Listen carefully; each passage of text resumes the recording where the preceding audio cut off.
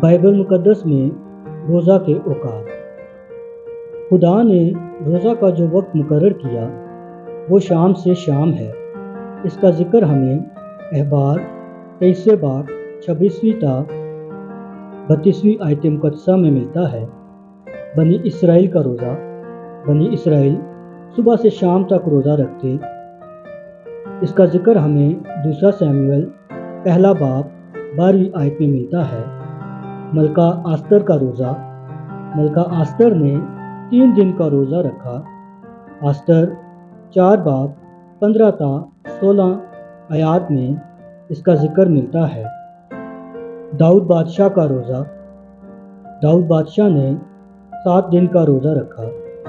اس کا ذکر ہمیں دوسرا سیموئیل 12واں باب 18 آیت میں ملتا ہے۔ موسیٰ کا روزہ۔ موسیٰ نے 40 دن کا روزہ رکھا۔ اس کا ذکر ہمیں خروج 34 باب 28 آیت اور استثناء 9 باب 9 آیت میں ملتا ہے۔ ایلیاہ کا روزہ۔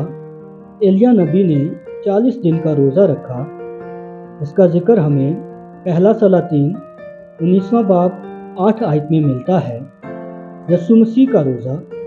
یسوع مسیح نے 40 دن کا روزہ رکھا۔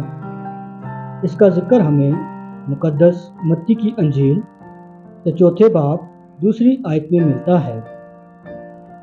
خاص بات یہ ہے کہ خدا روزہ کی مدت کو نہیں بلکہ روزہ دار کی باطنی حالت کو دیکھتا ہے۔